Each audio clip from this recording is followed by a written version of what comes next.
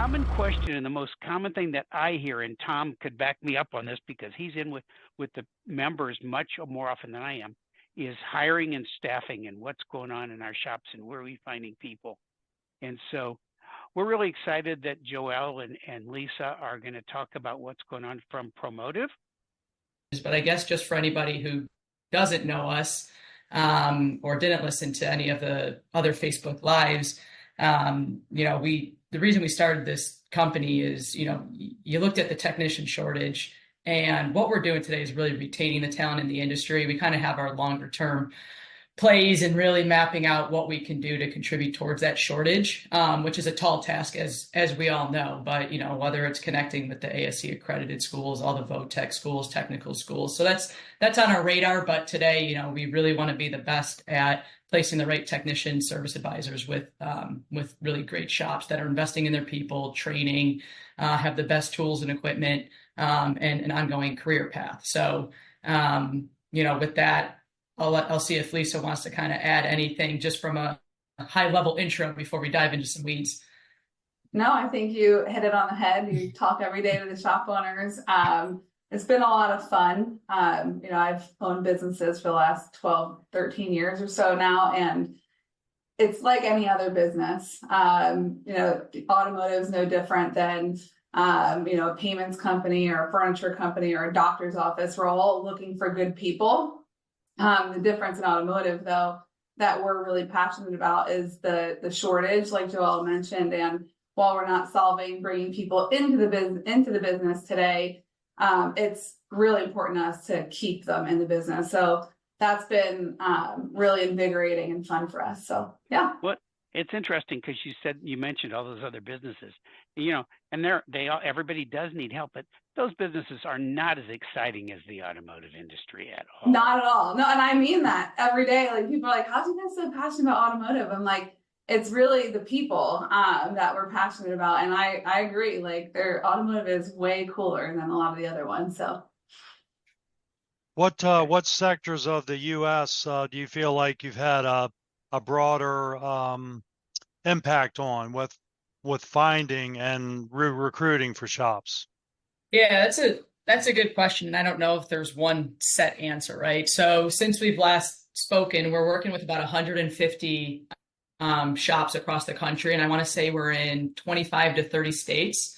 And what we found is, the more shops we have in a certain market or area, we've been able to build our internal pipeline of, quality candidates that our recruiters have touched and have been able to sometimes make placements quicker just because we've had more time in a certain market.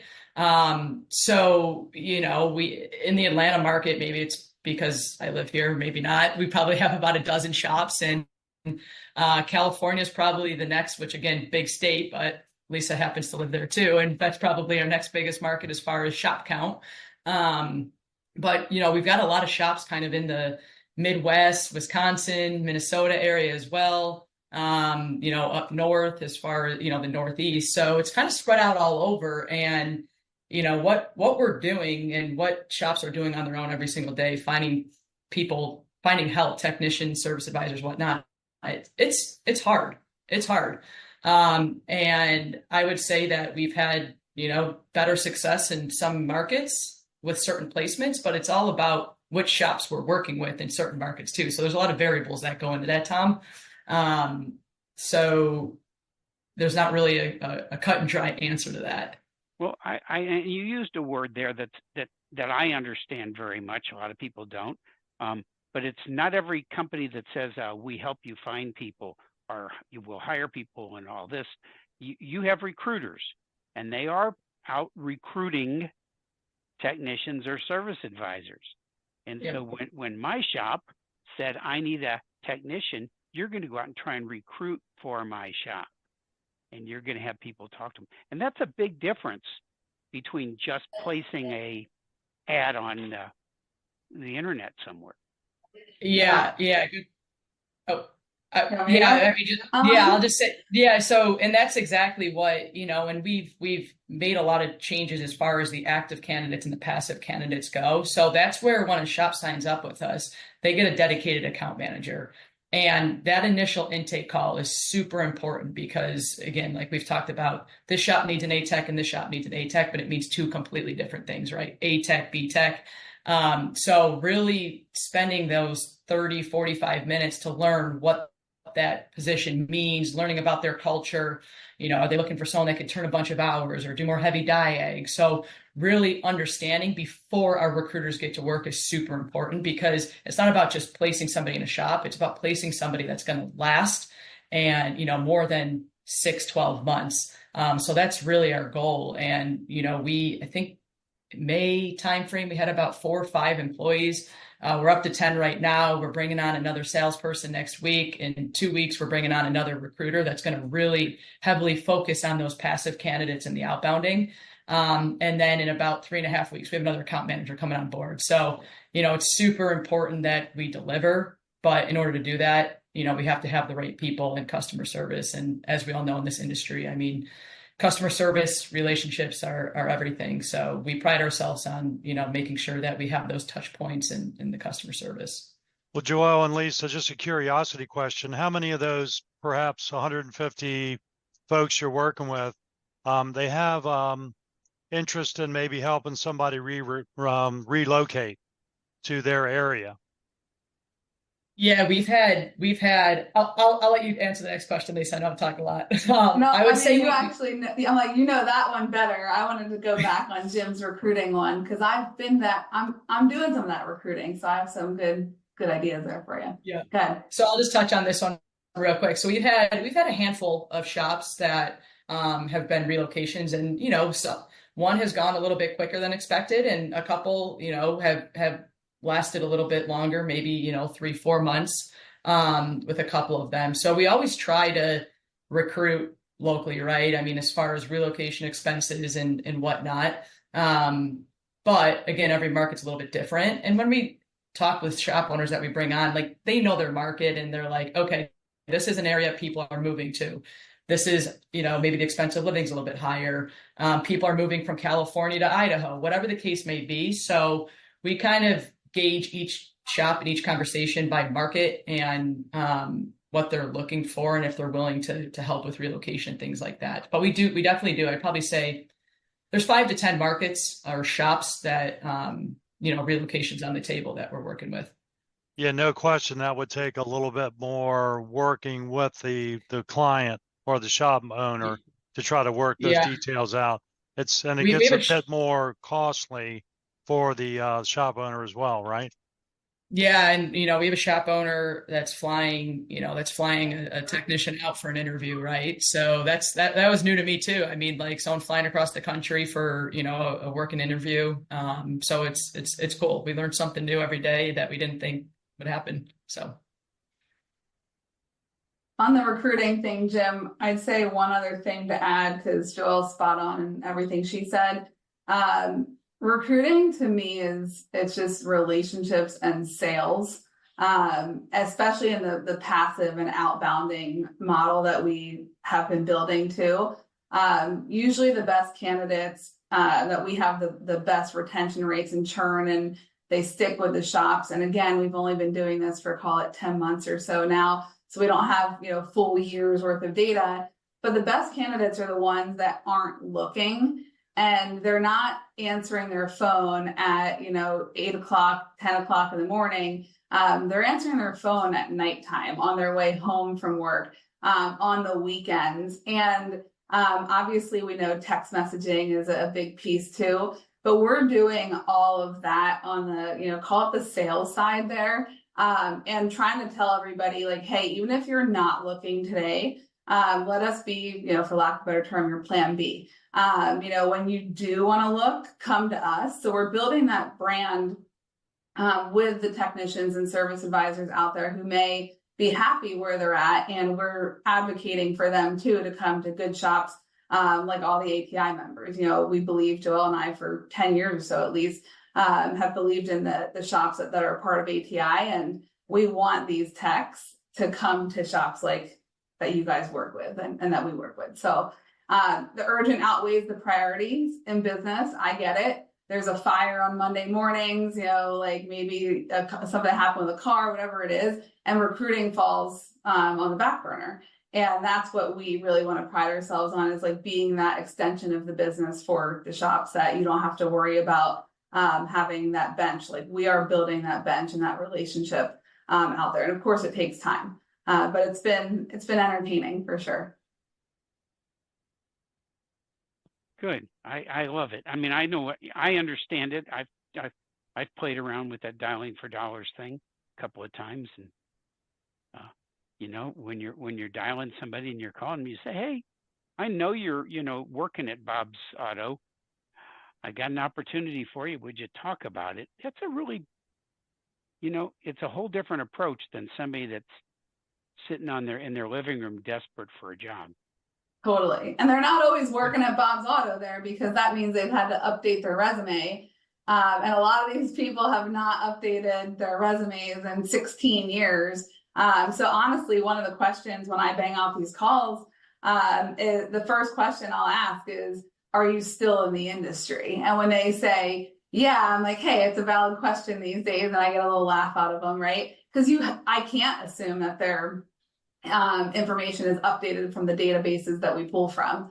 It's not like, like you as a coach and in a professional, like white collar, whatever you want to say, industry, that people are updating their LinkedIn every day. They're not doing that. So, and that's one of the things we do want to do for technicians one day too, and service advisors, is help them keep their information up to date, help them keep their certifications in one place, and be that resource there too.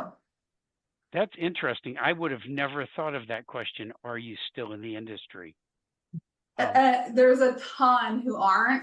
I mean, we could go, I mean, we'll hang out at the show in a month or so, right? But I think there's a lot we can do with some of the people who have left the industry or are retired to help them come back in some capacity. There's a lot of people that we reach out to who are not in it anymore.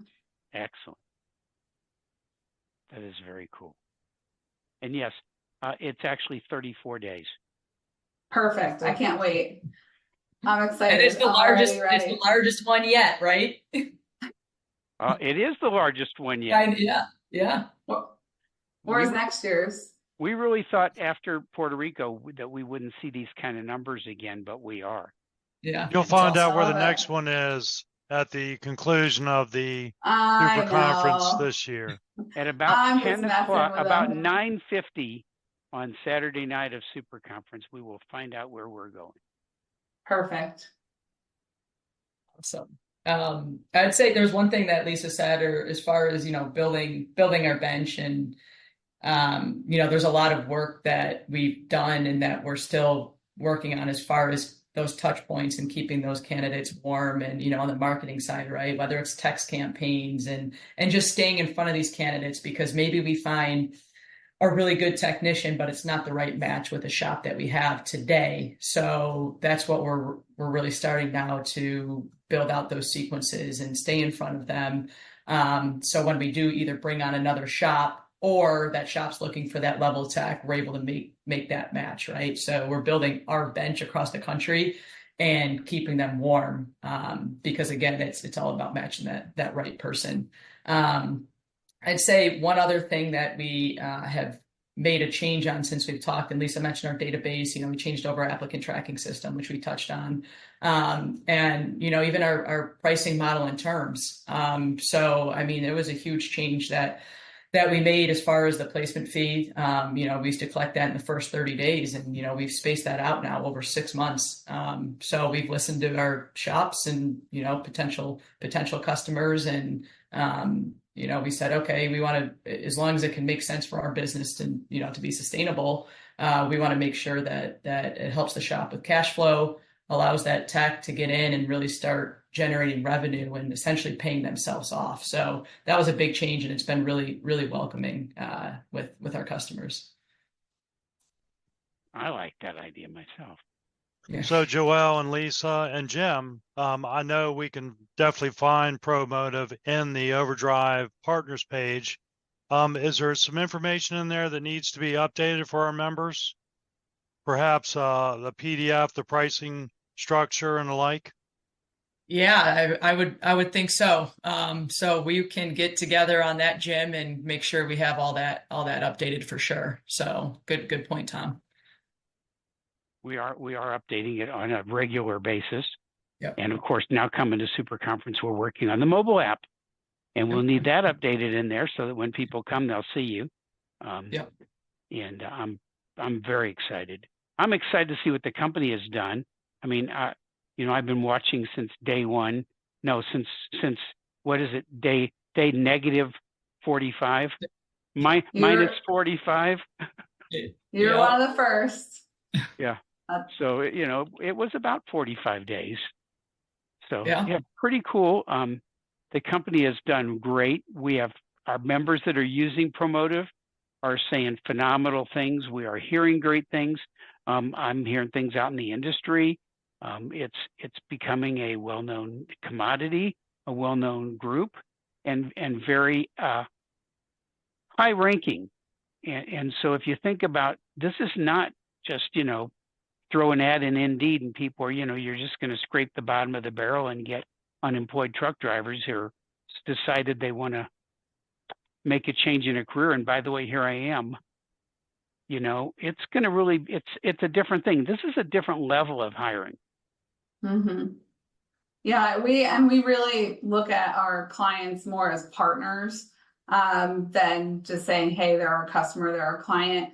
It's a two-way street. That's what I would say too, is we've learned a lot with how to work with the shop owners and some of their staff, right? It's not always the owners who are the ones that are hiring. Speed to lead, we talk about a lot.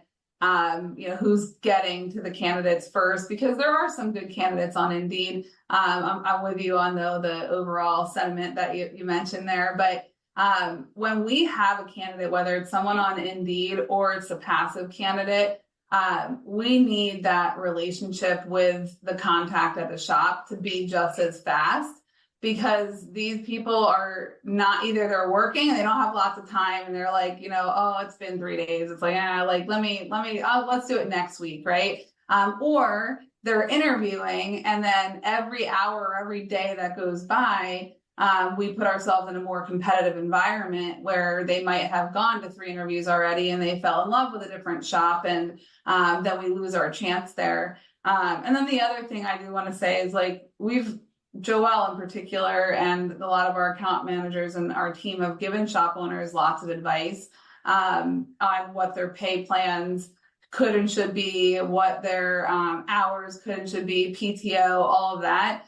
It is important to make sure that there's some flexibility, especially with those passive candidates. And again, I haven't made tons and tons of calls to the to the technicians or service advisors, but people don't want to leave a job where they have 3 weeks PTO to come and wait for a year to get 1 week. We have to make sure that to keep the people in the industry, to get them to jump ship from, somewhere they're quote unquote comfortable at, the devil they know is better than the devil they don't know. We have to make sure as a group and as a partnership that we keep those things in mind to make sure somebody has a transition that they're excited about. One line I love that someone told my sister is, never run from a job, run to a job. Like, it is the relationship that we have with our shops to make them be that job that a technician or a service advisor runs to. So I think that's something that has been really fun as well in building Promotive. Excellent. Your sister's a smart lady. Someone told her that. She didn't come up with that line. Don't give her too much credit yet. Good thing she can't be in this group and hear me say that. She'd be so mad at me right now. She would be. She's cool though. So Joelle, what's the most fun thing? Because this has really been a change for you. What's the most fun thing that you've done in the last year or seen? Or what surprised you? Hanging out with me all this time. No, I would say, yes, that, but, I would say it's the same thing as what has kept me in this industry for 10 plus years. Is it goes back to the people, right? It's just a different product or service. And going back to partnership is, yes, we're a recruiting company, but at the end of the day, when you build that relationship with shops, I mean, we have DVI partners, we have SMS partners, we have CRM partners, and it's really just helping business owners where we can. And if we don't know an answer, going to our industry friends and finding it out for them. So to me, that's been the most fun. It continues to be the most fun. You know, a little different talking through the screen versus a little bit more in-person time. But what I'll tell you is haven't missed a beat though, because fourth quarter and first quarter trade show season and industry events. I mean, Lisa and I have been road warriors for the last, you know, since September, right? When the trade shows kick back in. So we really haven't missed a beat on the road. I think we did five trade shows second half of last year. We are doing 11, at least 11, maybe 12 this year. So again, it's been very cool and fun to be able to, you know, with a startup out of the gate, be able to attend these events and get that in-person time, because that's the most fun, is being able to maybe share a beverage, or catch up over some drinks with our industry friends and shop owners. So I'd say it's the people. It's the people. What's brought me here is the people that's kept me here. So it's been a lot of fun. And building out again, I'd say it's been fun. It's, you know, as we continue to grow, you know, you look at, we're bringing on another salesperson that I mentioned. I mean, it's really been me, right? So now the fun part of being able to train our people and get them up to speed and allow them to build relationships with our existing customers or new customers, and changing our systems and our processes and updating that. So we've got a lot going on. It's all positive stuff, but a lot to still be done. Cool. Yeah. I'm excited. I've been excited since you first told me what was going to happen, what you're going to do.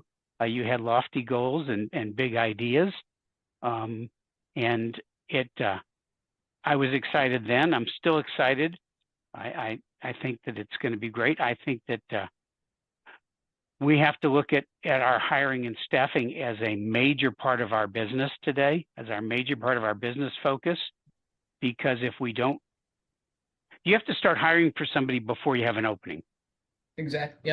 Yep. And it's like how you outsource your accounting, your marketing. I mean, it's the same mindset, right? I mean, a lot of these shop owners that are working on their business, or maybe still in their business, trying to work on their business. And again, it's recruiting. That's like, it's a constant, you know, as those active candidates come in, like Lisa said, speed to lead. I mean, you have to call them right away because they're applying to 5-10 shops at the same time. And then, you know, there's the onboarding piece. So, you know, it's definitely, and I tell every shop, we don't want to compete with you, right? All of our customers, like, there's no sense in, as it relates to the active candidates, if we're paying for Indeed and working that thing every single day, that our customers don't have to do that, right? It's silly for us both to be paying that and spending the time and the resources. So like, we truly want to be shop solution for recruiting. And the goal is we bring you to the 5-yard line. And from there, you know, you kind of do your gut check and a final interview or two. So it's really the full service that you're getting with us. Excellent. And then we do the touchdown dance after, when we celebrate, of course. And we do make sure after that we're staying in touch with the candidate as well, so that they are showing up and they're excited. And and we still have lots of ways that we can improve. We're not perfect by any means, but you know, we're trying to think of some fun ways to make their first day on the job not as cool as maybe like the first day of kindergarten or something, but you know, something fun that we could celebrate that win and that new life change for them. So but she's right, like 5-yard line is the goal. And as we work with our clients, I'd say like they become more comfortable with us, we become more comfortable with them, and then the experience for the technician or the service advisor and the candidate in general is a lot better. And honestly, some of the feedback we've gotten from some of our customers has been having a team like us makes their shop seem more professional. And I never ever thought that would be like, it just never crossed my mind there, but they're like, it's like, it shows that you guys are like really investing in your employees by having this process. So. And all these football references, I can't help but say I'm still so bitter about the Bills. So I'm sorry, Joelle. Joelle, it really, You know, it was all I could do the next day to not wear a Chiefs sweatshirt when I was talking to Ron. Yeah. And so, however, last 2 weeks ago when they played the Ravens, when the Chiefs played the Ravens, I did in our company meeting the day before wear my Chiefs sweatshirt to the company meetings, just in case. But I'm being good. Do you have the shirt that says Taylor Swift's boyfriend's team yet, or no? I do not. I might have to get you one. I do not, but I did talk to her last week about, you know, would she like to be recruited to work at one of our ATI shops? So I'll give you her cell phone number and you can sort of recruit her. You should get her to be the keynote one year. I bet you would get, that would be your biggest attendance yet. Well, I'll throw that out right now. I think we've got one person hadn't signed their contract yet. We'll see. Perfect.